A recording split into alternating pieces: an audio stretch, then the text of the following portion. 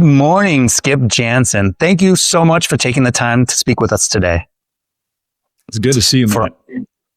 For our audience, Skip is a chief revenue officer at Space Creative Event Production Company. They have a wealth of experience in creating global corporate events, particularly large scale. For examples of their world-class events, check out spacecreated.com. Okay, Skip, your client list is amazing, and the events that Space Created has brought to life globally, and your 3 decades of personal experience in the event space make you the perfect person to talk to about corporate events and sales events in particular. Today, what I'm going to do is take the role of a newbie.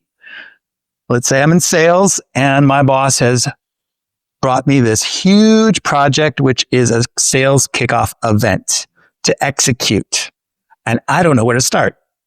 I don't even know how to wrap my head around the objectives and strategy. From your experience, what are some strategies and objectives of corporate sales events that you've seen in your career? Thanks, Matt. Yeah, good to be here. And I would hope your boss wouldn't do that to you. I would hope that he would at least give you the objectives. Like, what do we need to accomplish is always our first question that we ask. What needs to be accomplished? And then, of course, what do you have to do?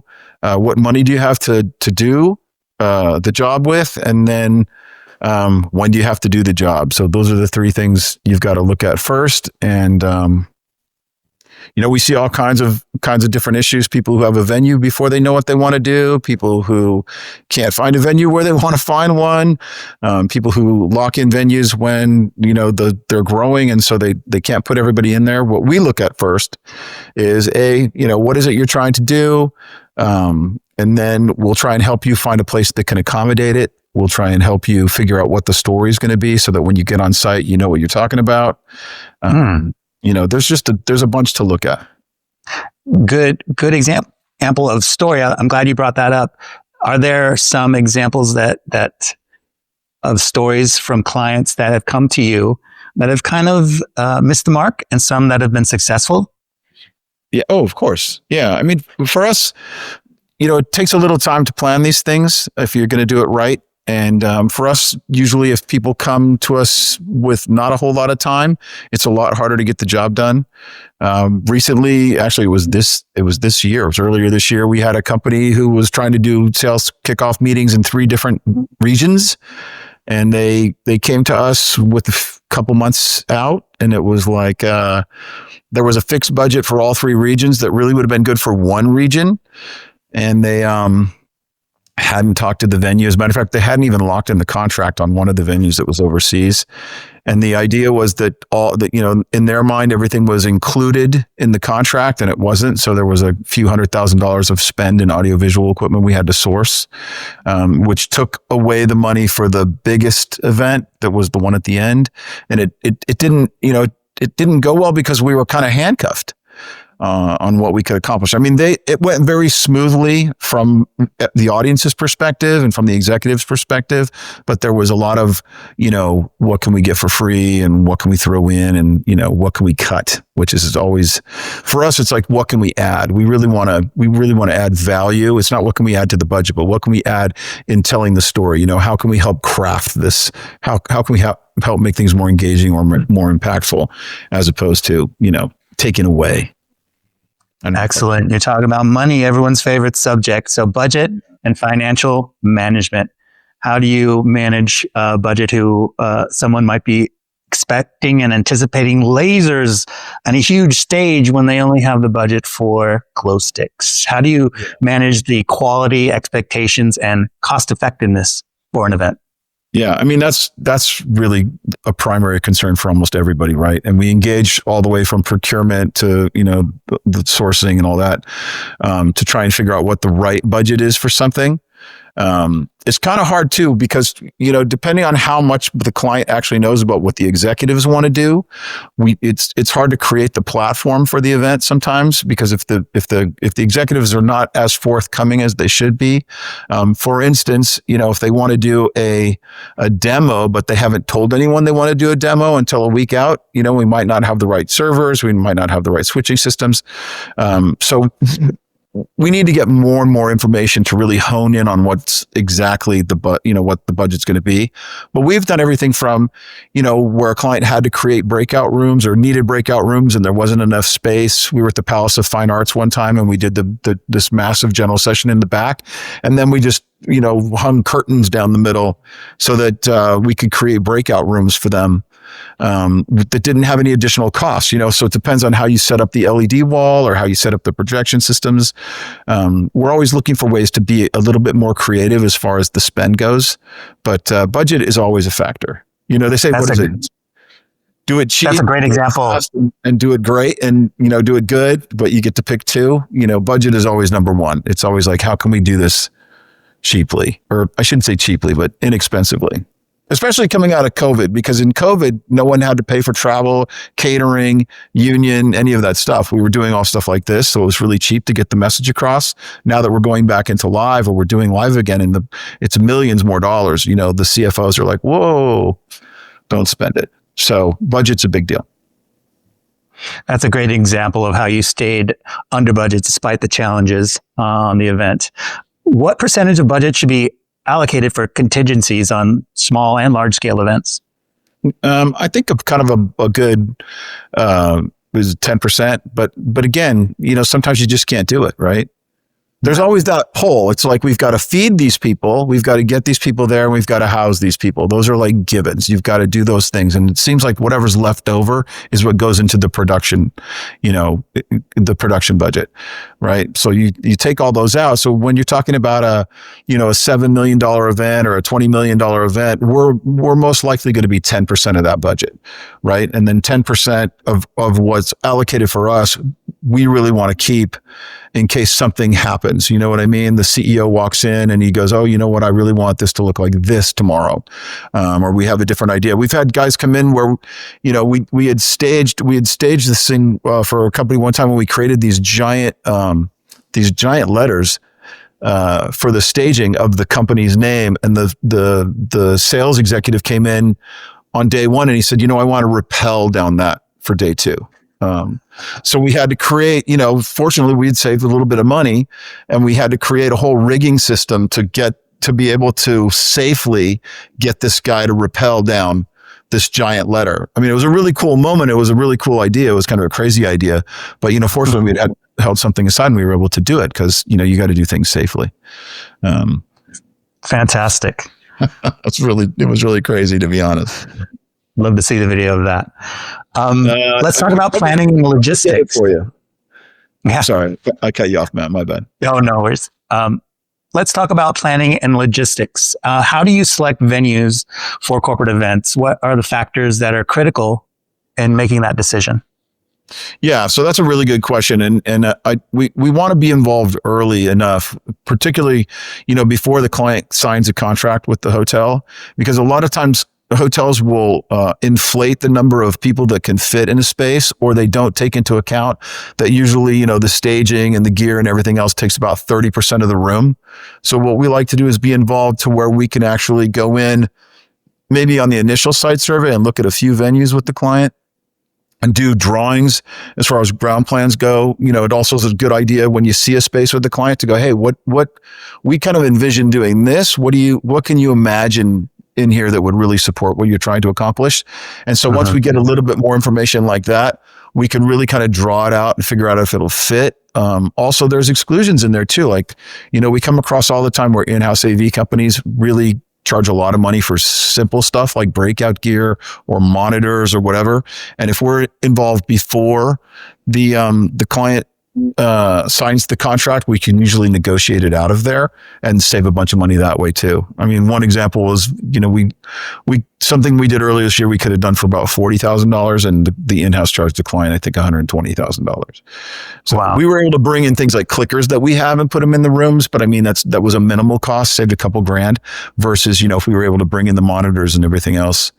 We'll actually buy monitors and give them to the client because it'll cost us $500 versus the $1,000 a day they get charged when they rent them from the in-house. So there's a lot of little things in there that can really make a big difference. So getting involved when the venue is being selected and understanding what the client wants, and then figuring out if it could work in there and how it could work budget-wise and space-wise is really important for us.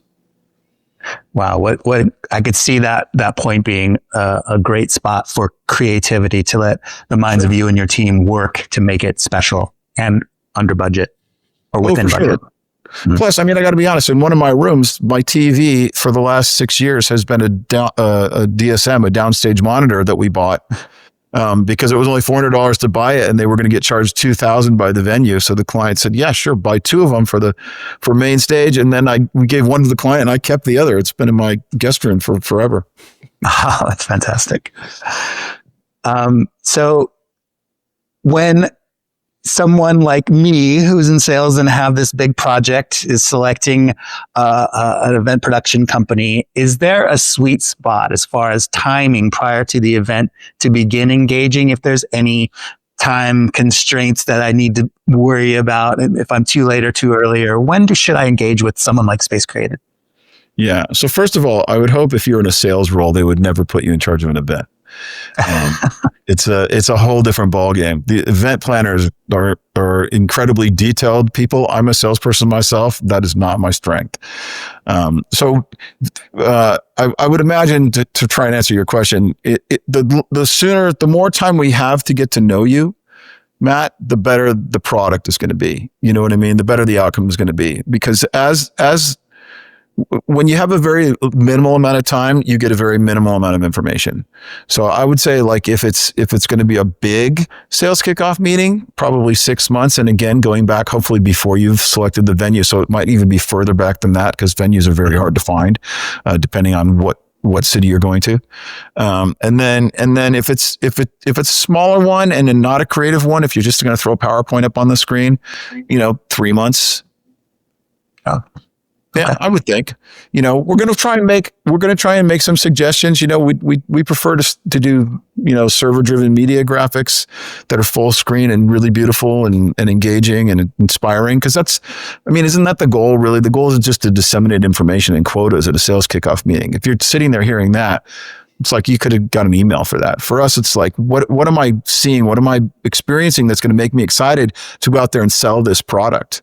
Am I hearing from the customers? If the customers can't make it, am I seeing an interview of the customer that's going to inspire me? It's going to tell me how to get customers like the successful ones. Am I hearing from the successful salespeople?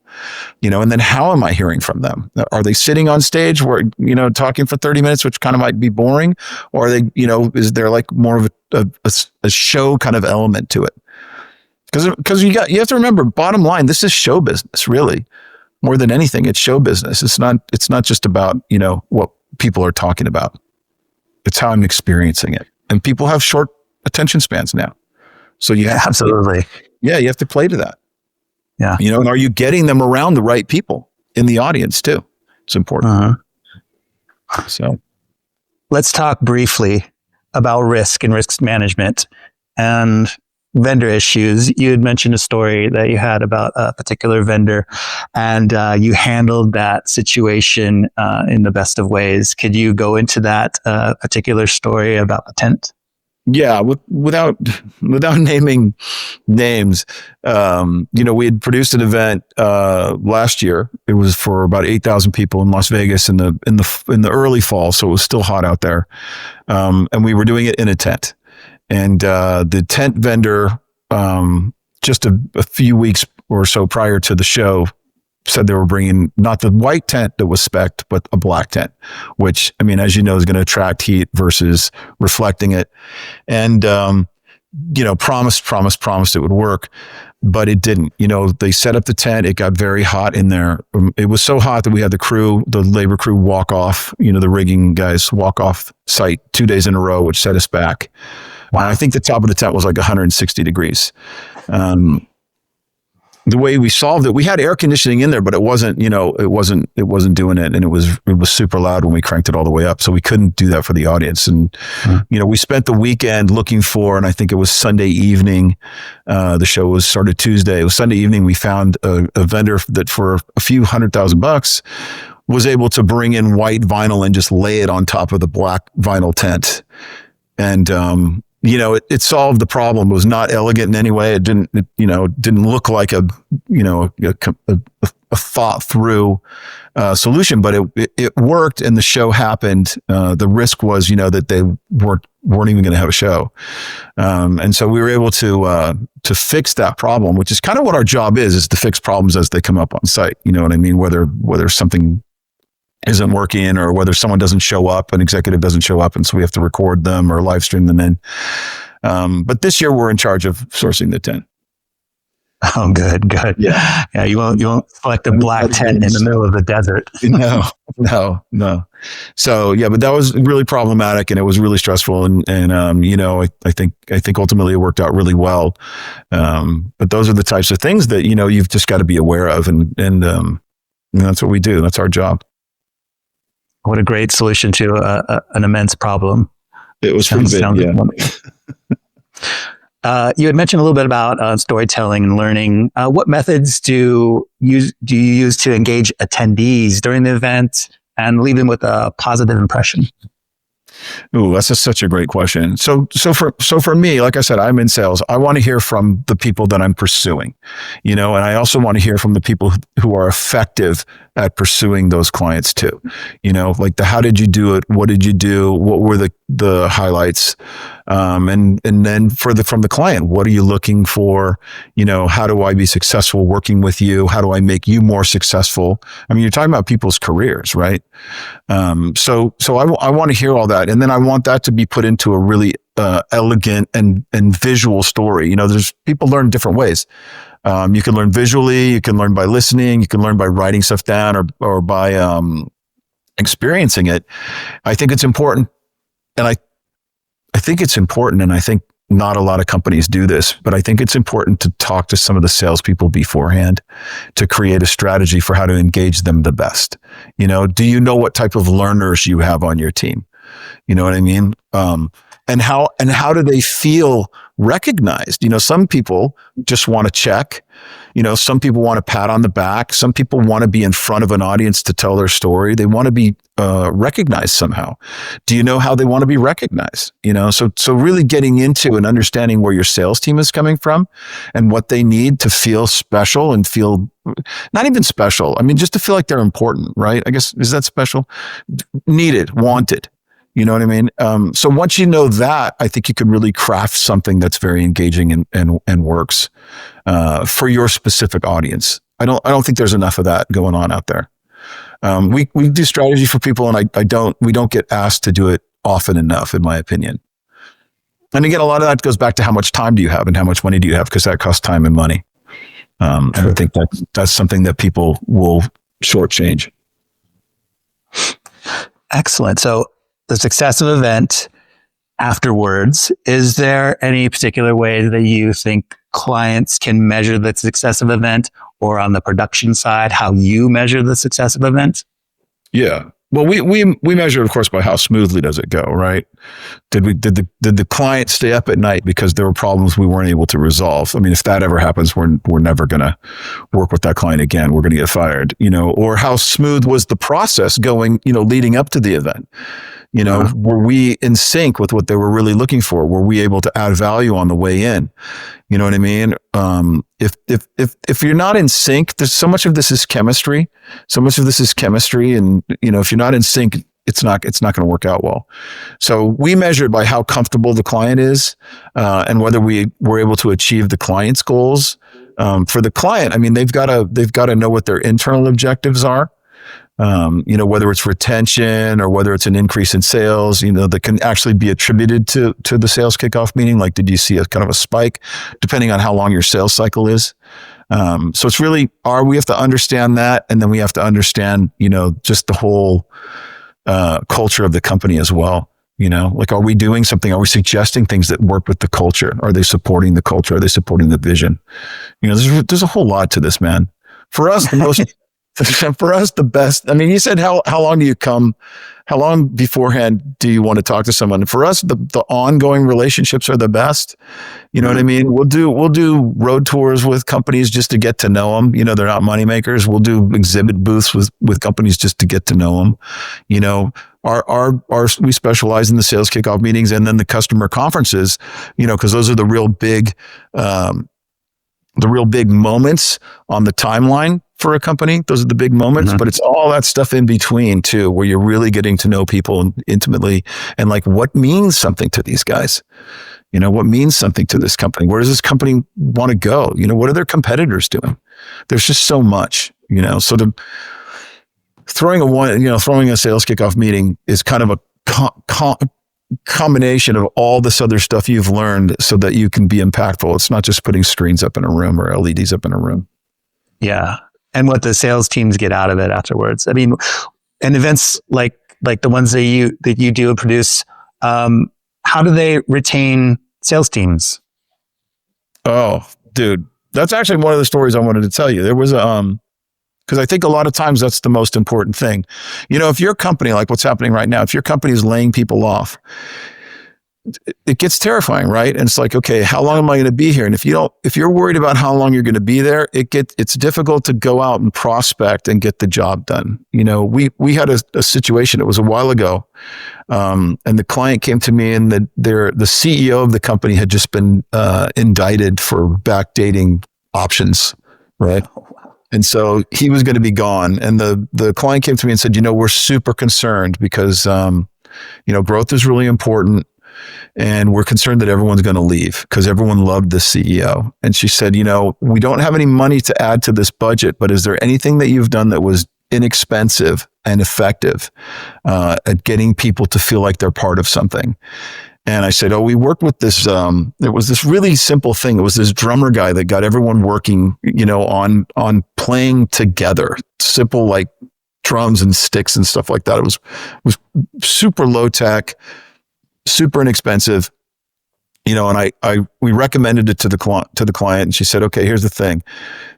Your career with us depends on this. If this doesn't work, we're not going to work with you again. And, I mean, we're still friends. I just actually got an invitation to a birthday party from her yesterday, but it was like, you know, I'd seen it happen. So I had confidence in it and we did it. And it was funny. At first, people were kind of laughing and whatever. And then they just got into it. And it was wild to watch. And so each of the 3 days of the conference, they started out with this experience. And their retention was actually better that year than it had been any of the previous years. So it really, I'm not saying that this drumming thing was what happened, but I think it set a tone. You know, a lot of what we do is setting the tone for what's going to be said, you know, or what's going to be seen. So if you set the right tone, it's really important to remember, you know, you've got a short period of time. What frame of mind are these people in when they get there? How do you get their frame of mind to be what you want it to be so that they can actually understand what it is you're trying to get them to understand? You know, so instead of people coming in, talking and gossiping about what's going wrong, you get them all working together, or at least in that case, we got them all working together really well and having fun. And it changed the whole tone of the event. Wow, what a creative solution that you put forth. And it sounds like it was really successful for the client. It was low tech and low budget. Yeah, wonderful. Who doesn't love it? Well, Skip, this has been incredibly helpful. Thank you for all of your knowledge and all of the keys and tips that you have shared. I'm going to watch this video multiple times. I just know it. And listen to all of your anecdotes about your years and decades of experience in the event space. Thank you so much for sharing it with us today. And if I'm looking to execute any other sales kickoffs or sales events, I know exactly who to call. We really appreciate your time and knowledge. Everyone, take a look at spacecreated.com. Thank you again, Skip. Have a wonderful day. Thanks. I really appreciate your time. It's always fun to talk to you. Thank you.